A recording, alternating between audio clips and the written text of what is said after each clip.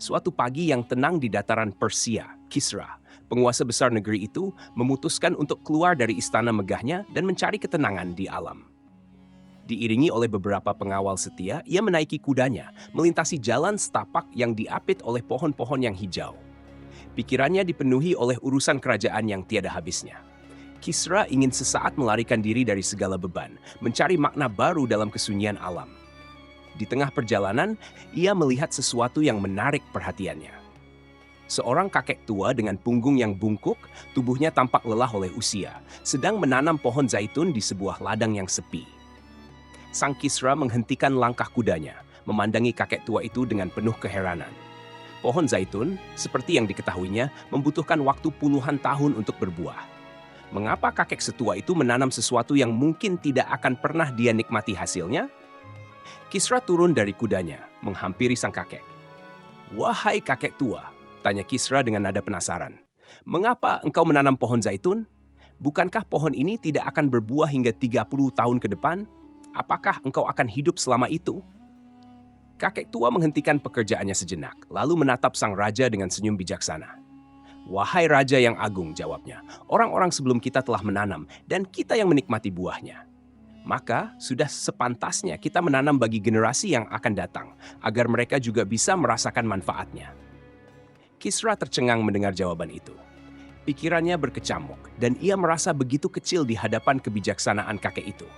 Tanpa sadar, ia berucap, "Zih!" sebuah ungkapan kekaguman dari seorang raja.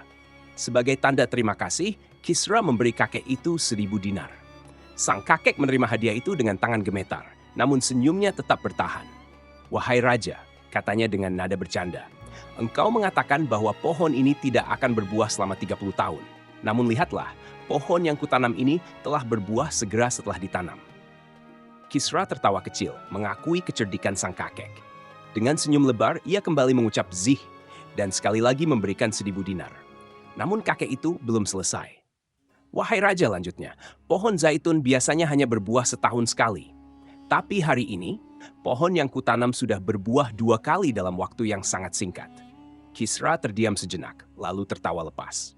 Ia mengangguk, mengakui bahwa kebijaksanaan kakek itu memang tidak ada habisnya. Setelah memberinya hadiah yang ketiga kalinya, Kisra berkata kepada pengawalnya, "Jika kita tinggal lebih lama lagi di sini, seluruh simpanan kas kerajaan akan habis oleh kebijaksanaan kakek tua ini." Sang kakek tersenyum puas, sementara Kisra menaiki kudanya kembali. Namun, perjalanan hari itu tidak hanya menghibur sang raja, tetapi juga memberikan pelajaran mendalam yang terus terngiang di pikirannya sepanjang sisa perjalanannya. Beberapa waktu setelah pertemuan itu, Kisra tidak bisa melupakan kakek tua dan filosofi bijaknya. Di suatu malam yang sunyi, di dalam kamarnya yang luas dan megah, Kisra termenung memikirkan hidup dan masa depan kerajaannya. Ia sadar bahwa sebagai seorang penguasa, ia seringkali sibuk dengan urusan yang bersifat sementara. Namun, ia jarang memikirkan apa yang akan ia wariskan kepada generasi berikutnya. Kakek tua itu, dengan usianya yang sudah senja, menanam pohon untuk generasi yang bahkan mungkin tak pernah ia temui. Kisra, meskipun memiliki kekuasaan dan harta yang melimpah, sadar bahwa kekayaan material hanyalah sementara. Namun kebaikan yang ia tinggalkan bisa bertahan lebih lama, bahkan setelah ia tiada. Pikiran itu membuatnya tergerak. Keesokan harinya, ia memanggil para penasihatnya dan memerintahkan agar sebagian dari kekayaan kerajaan digunakan untuk membangun taman-taman dan lahan pertanian bagi rakyatnya.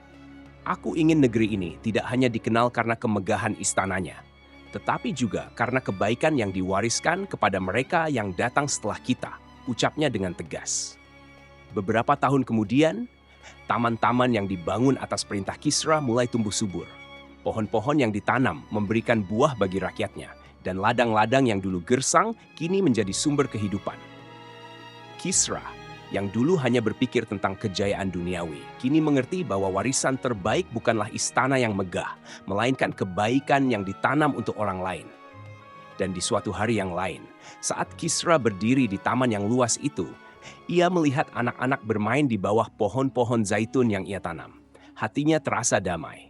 Ia tersenyum mengingat kakek tua itu dan berbisik pada dirinya sendiri, "Kini aku mengerti, inilah buah yang sesungguhnya." Kisah ini mengajarkan bahwa kebaikan yang kita tanam, meski mungkin tidak kita nikmati langsung, akan menjadi warisan bagi generasi mendatang. Seperti halnya pohon yang berbuah untuk dinikmati orang lain, tindakan kecil yang kita lakukan hari ini bisa membawa manfaat besar di masa depan.